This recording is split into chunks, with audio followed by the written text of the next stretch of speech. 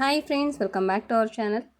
ಯಾಕೆ ಇಷ್ಟು ದಿನ ವ್ಲಾಗ್ಸ್ನ ಮಾಡ್ತಾ ಇರಲಿಲ್ಲ ಅನ್ನೋದಕ್ಕೆ ಇವತ್ತು ಕ್ಲಾರಿಟಿ ಕೊಡ್ತೀನಿ. ಏನಂದರೆ ಭ್ರಮರಂಗೆ ಅಮ್ಮ ಹಾಕಿತ್ತು, ಹಾಗಾಗಿ ನಾನು ವೀಡಿಯೋಸ್ ಏನು ಮಾಡ್ಕೊಳಕ್ಕಾಗಲಿಲ್ಲ.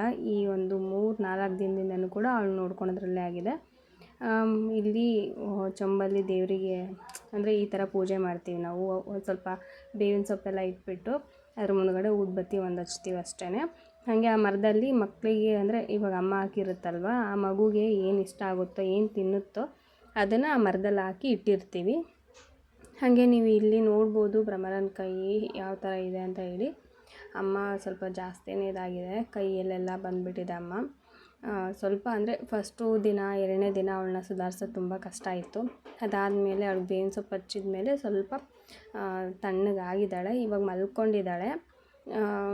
ಇವಳನ್ನ ನೋಡ್ಕೊಳೋದು, ಕೇರ್ ಮಾಡೋದ್ರಲ್ಲಿ ನನಗೆ ಟೈಮ್ ಅನ್ನೋದು ಸಾಕಾಗ್ತಾಯಿತ್ತು. ಹಾಗಾಗಿ ನಾನು ಯಾವುದೇ ವೀಡಿಯೋಸ್ನ ಮಾಡೋದಕ್ಕಾಗಲಿಲ್ಲ. ಕೆಲವೊಂದು ಸಲ ವೀಡಿಯೋಸ್ ಮಾಡಬೇಕಂತ ಫೋನ್ ತೊಗೊಂಡಾಗಲೂ ಕೂಡ ಮಾಡೋದಕ್ಕಾಗ್ತಾ ಇರಲಿಲ್ಲ. ಮತ್ತು ಒಂದಷ್ಟು ಪ್ರಾಬ್ಲಮ್ಸು, ಅದಕ್ಕೋಸ್ಕರ ನಾನು ಏನು ಮಾಡಲಿಲ್ಲ. ಇಲ್ಲಿ ನೋಡ್ತಾ ಇದ್ದೀರಲ್ವ, ಕೈ ಫುಲ್ಲು ಅಮ್ಮ ಹಾಕಿದೆ. ಕೈ ಫೇಸ್ ಎಲ್ಲ ಅವಳು ಮಲ್ಕೊಂಡಿದ್ದಾಳಲ್ಲ, ನಿಮಗಷ್ಟು ಕ್ಲಿಯರಾಗಿ ಗೊತ್ತಾಗ್ತಾಯಿಲ್ಲ ಫೇಸ್ ಮೇಲೆ. ಹಾಗೆ ಅವಳು ಮಲ್ಕೊಳೋಂಥ ಹಾಸಿಗೆ ಮೇಲೆಲ್ಲ ಬೇವಿನ ಸೊಪ್ಪೆಲ್ಲ ಹಾಕ್ಬಿಟ್ಟು ಮಲಗಿಸಿದ್ದೀವಿ. ಇವಾಗ ಇನ್ನೂ ಸ್ವಲ್ಪ ನಿದ್ದೆ ಮಾಡ್ತಾ ಇದ್ದಾಳೆ. ಇವತ್ತು ಲೇಟಾಗೇ ಎದ್ದೆ, ಟೈಮ್ ಆಗಲಿ 7:30 ಆಗಿಬಿಟ್ಟಿತ್ತು. ನಮಗೆ ಟೈಮ್ ಆಗಿದ್ದೇ ಗೊತ್ತಾಗಲಿಲ್ಲ. ಅಷ್ಟು ಒಂಥರ ನಿದ್ದೆ ಹತ್ಬಿಡ್ತು. ನೈಟೆಲ್ಲ ಸ್ವಲ್ಪ ನಿದ್ದೆ ಇರ್ತಾ ಇರಲಿಲ್ಲಲ್ಲ, ಅವಳು ನೋಡ್ಕೊಳೋದ್ರಲ್ಲಿ ಟೈಮ್ ಆಗ್ತಾಯಿತ್ತು. ಹಾಗಾಗಿ ಇವತ್ತು ಸ್ವಲ್ಪ ಲೇಟಾಗಿ ಒಂದು 7:30 ಹಂಗೆ ಎದ್ವಿ. ಇವಾಗ ಟೈಮ್ ತೋರಿಸ್ತೀನಿ ನೋಡಿ, ಕರೆಕ್ಟು 7:30. ಇವಾಗ ತಾನೇ ಜಸ್ಟ್ ಎದ್ಬಿಟ್ಟು ಹಾಗೆ ವಿಡಿಯೋ ಶೂಟ್ ಮಾಡ್ಕೊಳ್ತಾ ಇದ್ದೀನಿ. ಇನ್ನು ಎಲ್ಲರೂ ಮಲ್ಕೊಂಡಿದ್ದಾರೆ, ಅಮ್ಮ ಎದ್ದಿದ್ದಾರೆ, ನಾನು ಎದ್ದಿದ್ದೀನಿ ಅಷ್ಟೇ. ಅಜಯ್ ನೋಡಿರಿ ಈ ಕಡೆ ಮಲ್ಕೊತಾನೆ. ಅಜಯ್ ಮತ್ತು ಅಮ್ಮ ಇಬ್ಬರು ಇಲ್ಲಿ ಮಲ್ಕೊತಾರೆ. ಇಲ್ಲೂ ಒಂದು ಫ್ಯಾನ್ ಇದೆ, ಫ್ಯಾನ್ ಇಟ್ಕೊಂಡು ಇಲ್ಲಿ ಮಲ್ಕೊತಾರೆ. ನಾನು, ನಮ್ಮ ಮನೆಯವರು ಮತ್ತು ನನ್ನ ಮಗಳು ಇಲ್ಲಿ ಮಲ್ಕೊತೀವಿ. ಯಾಕಂತಂದರೆ ಅಮ್ಮ ಬಂದಿರುತ್ತಲ್ವ, ಆ ಟೈಮಲ್ಲಿ ಮಕ್ಕಳನ್ನ ಜೊತೆಗೆ ಮಲಗಿಸ್ಬಾರ್ದು ಅಂತ ಹೇಳ್ತಾರೆ. ಅದಕ್ಕೋಸ್ಕರ ನಾನು ಅಮ್ಮನ ಜೊತೆ ಸಪ್ರೇಟಾಗಿ ಮಲಗಿಸ್ತೀನಿ ಅವನ್ನ. ಮತ್ತು ಇವಾಗ ಒಲೆ ಹಚ್ಚೋಣ ಅಂತ ಹೇಳ್ಬಿಟ್ಟು ಒಲೆ ಹಚ್ಚೋದಕ್ಕೆ ಬಂದೆ.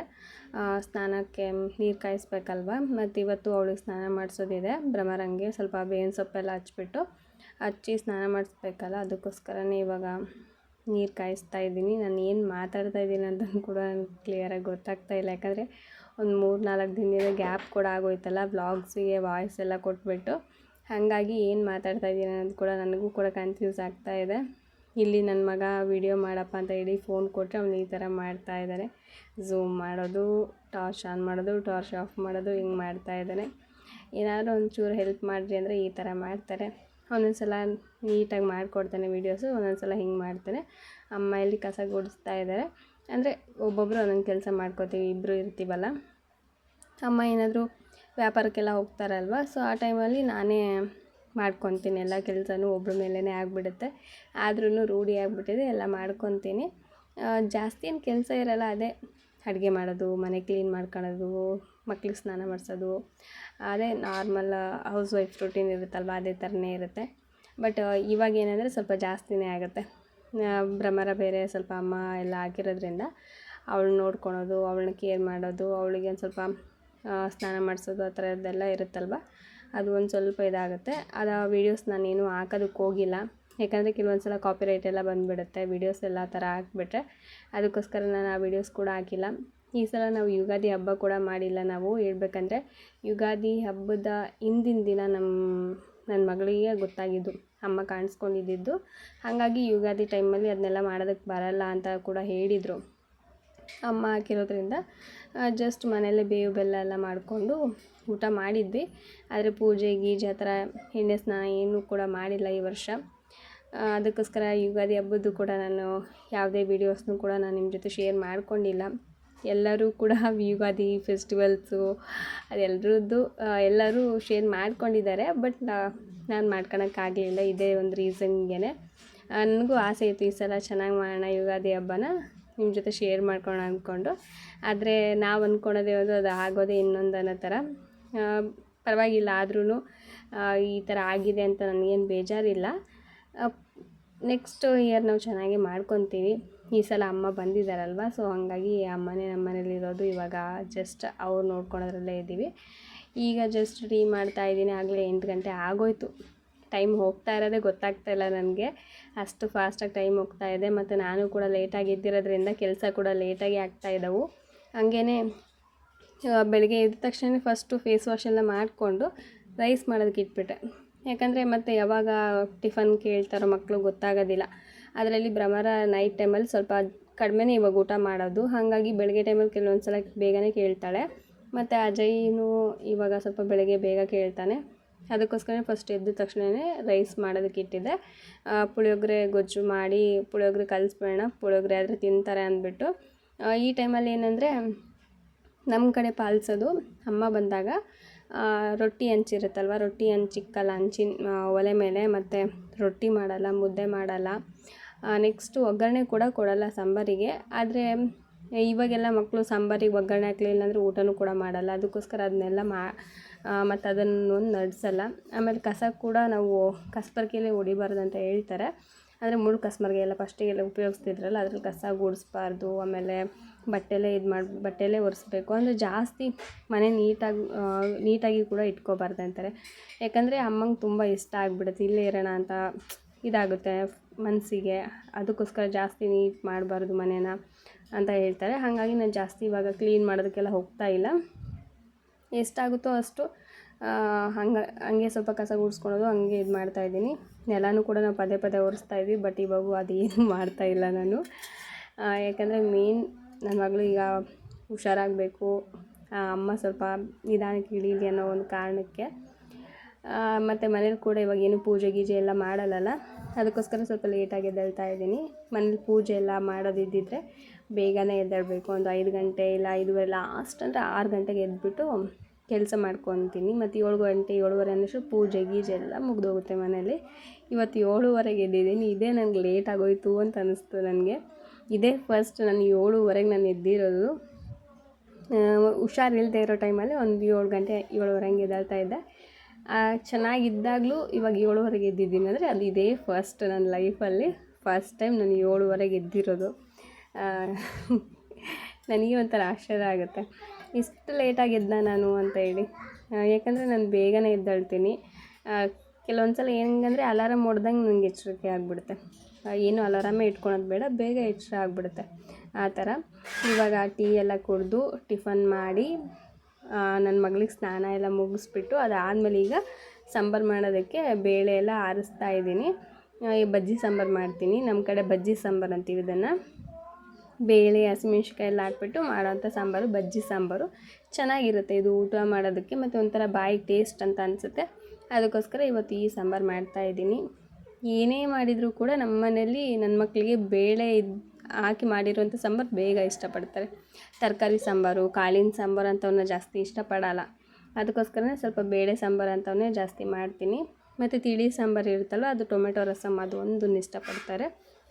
ಅಂದರೆ ಮಕ್ಕಳು ಈ ಚಿಕ್ಕವರಿದ್ದಾಗಲೇ ಒಂಥರ ಟೇಸ್ಟನ್ನು ಇಷ್ಟಪಡ್ತಾರೆ. ನೆಕ್ಸ್ಟ್ ಅವರು ದೊಡ್ಡವರಾಗ್ತಾ ಎಲ್ಲದನ್ನು ಕೂಡ ಊಟ ಮಾಡ್ತಾ ಹೋಗ್ತಾರೆ.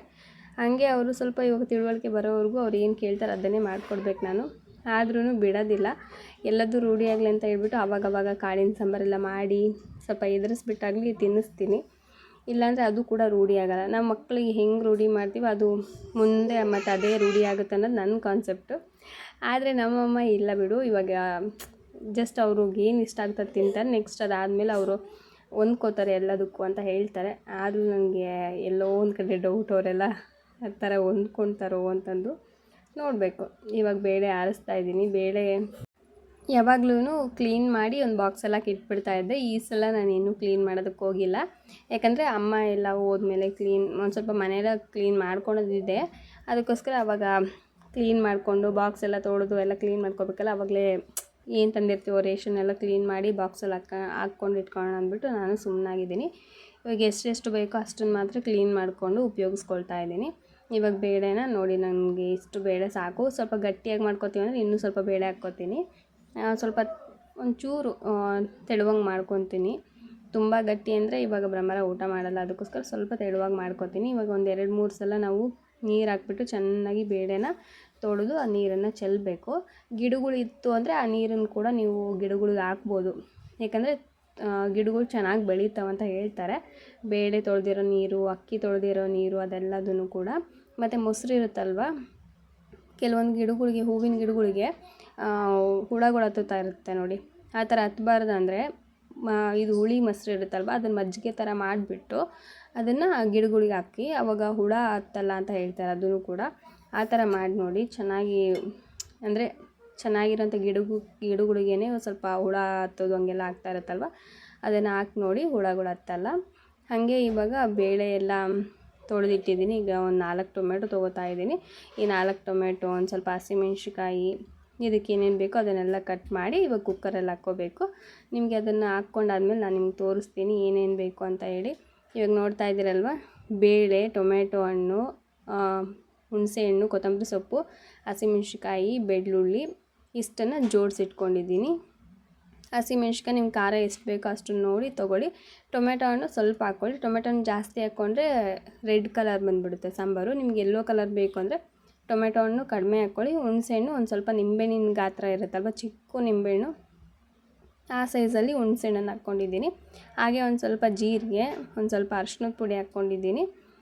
ಹಾಗೆ ಈಗ ಸ್ವಲ್ಪ ನಿಮಗೆ ಬೇಳೆ ಸಾಂಬಾರು ಅಂದರೆ ಇವಾಗ ಬಜ್ಜಿ ಸಾಂಬಾರು ಯಾವ ಥರ ಗಟ್ಟಿ ಬೇಕೋ ಅಥವಾ ತೆಳು ಬೇಕೋ ದಾಲು ಅದನ್ನು ನೋಡಿಕೊಂಡು ನೀವು ನೀರನ್ನು ಸೇರಿಸ್ಕೋಬೇಕಾಗತ್ತೆ. ಆಮೇಲೆ ಬೇಕಾದರೂ ಹಾಕ್ಕೋಬೋದು, ಬಟ್ ಇವಾಗಲೇ ಸೇರಿಸ್ಕೊಂಡು ನಿಮಗೆ ಎಷ್ಟು ಬೇಕೋ ಅಷ್ಟು ನೀರು ಸೇರಿಸ್ಕೊಂಡು ವಿಸಿಲ್ ಕೂಗಿಸ್ಕೊಂಡ್ರೆ ಚೆನ್ನಾಗಿರುತ್ತೆ. ನೀವು ಆಮೇಲೆ ನೀರು ಹಾಕ್ಕೊಂಡ್ರಿ ಅಂದರೆ ಅದು ಟೇಸ್ಟ್ ಒಂಥರ ಡಿಫ್ರೆಂಟ್ ಅಂತ ಅನಿಸುತ್ತೆ ನನಗೆ. ಅದಕ್ಕೋಸ್ಕರ ನಾನು ಇವಾಗಲೇ ಸೇರಿಸ್ತೀನಿ ಎಷ್ಟು ಬೇಕೋ ಅಷ್ಟನ್ನು. ಅಕಸ್ಮಾತ್ ತುಂಬ ಗಟ್ಟಿಯಾಗಿದೆ ಅಂದರೆ ಒಂದು ಸ್ವಲ್ಪ ಸೇರಿಸ್ತೀನಿ ಅಷ್ಟೇ. ಇವಾಗ ಸ್ವಲ್ಪ ಉಪ್ಪು ಹಾಕ್ತಾಯಿದ್ದೀನಿ.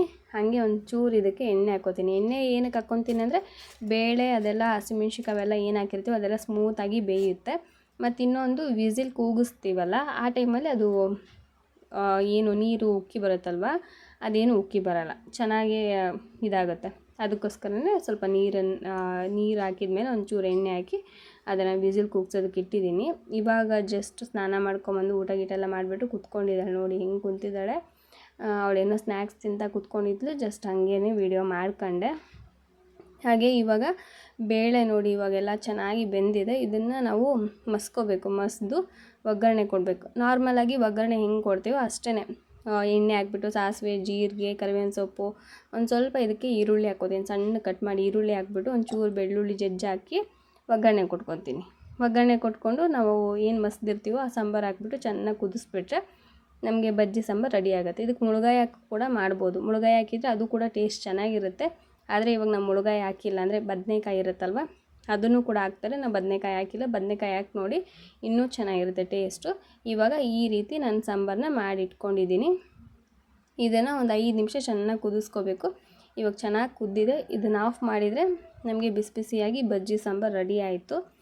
ಇದ್ರ ಜೊತೆ ಬಿಸಿ ಬಿಸಿಯಾಗಿ ಅನ್ನ ಕೂಡ ಒಂದು ಕಡೆ ರೆಡಿ ಮಾಡಿಟ್ಟಿದ್ದೀನಿ. ಮಧ್ಯಾಹ್ನದ ಊಟ ಅಂತೂ ರೆಡಿ ಆಯಿತು. ಮತ್ತು ಎಣ್ಣೆಯಲ್ಲಿ ಕರಿಯೋವಂಥದ್ದು ಏನೂ ಇಲ್ಲ. ಯಾಕಂದರೆ ಈ ಟೈಮಲ್ಲಿ ಎಣ್ಣೆಯಲ್ಲಿ ಕರಿಯೋವಂಥದ್ದು ಏನೂ ಮಾಡಬಾರ್ದು ಅಂತ ಕೂಡ ಹೇಳಿದರು. ಅದಕ್ಕೋಸ್ಕರ ಎಣ್ಣೆಲಿ ಹಾಕಿ ಕರಿಯೋವಂಥದ್ದು ಏನು ಸ್ನ್ಯಾಕ್ಸ್ ಆ ಥರ ಏನೂ ಮಾಡ್ತಾಯಿಲ್ಲ. ಸೊ ಇಷ್ಟೇ ಫ್ರೆಂಡ್ಸ್ ಇವತ್ತಿನ ವಿಡಿಯೋ. ನಿಮ್ಗೆ ಈ ವಿಡಿಯೋ ಇಷ್ಟ ಆಗಿದರೆ ಒಂದು ಲೈಕ್ ಮಾಡಿ, ಶೇರ್ ಮಾಡಿ, ಕಾಮೆಂಟ್ ಮಾಡಿ. ಹಾಗೆ ಸಬ್ಸ್ಕ್ರೈಬ್ ಮಾಡದೆ ನೋಡ್ತಾ ಇದ್ದರೆ ಪ್ಲೀಸ್ ಸಬ್ಸ್ಕ್ರೈಬ್ ಮಾಡ್ಕೊಂಡು ನೋಡಿ. ನಾಳಿನ ವಿಡಿಯೋದಲ್ಲಿ ಮತ್ತೆ ಸಿಗೋಣ. ಅಲ್ಲಿವರೆಗೂ ಕೀಪ್ ವಾಚಿಂಗ್ ಮೈ ಚಾನಲ್.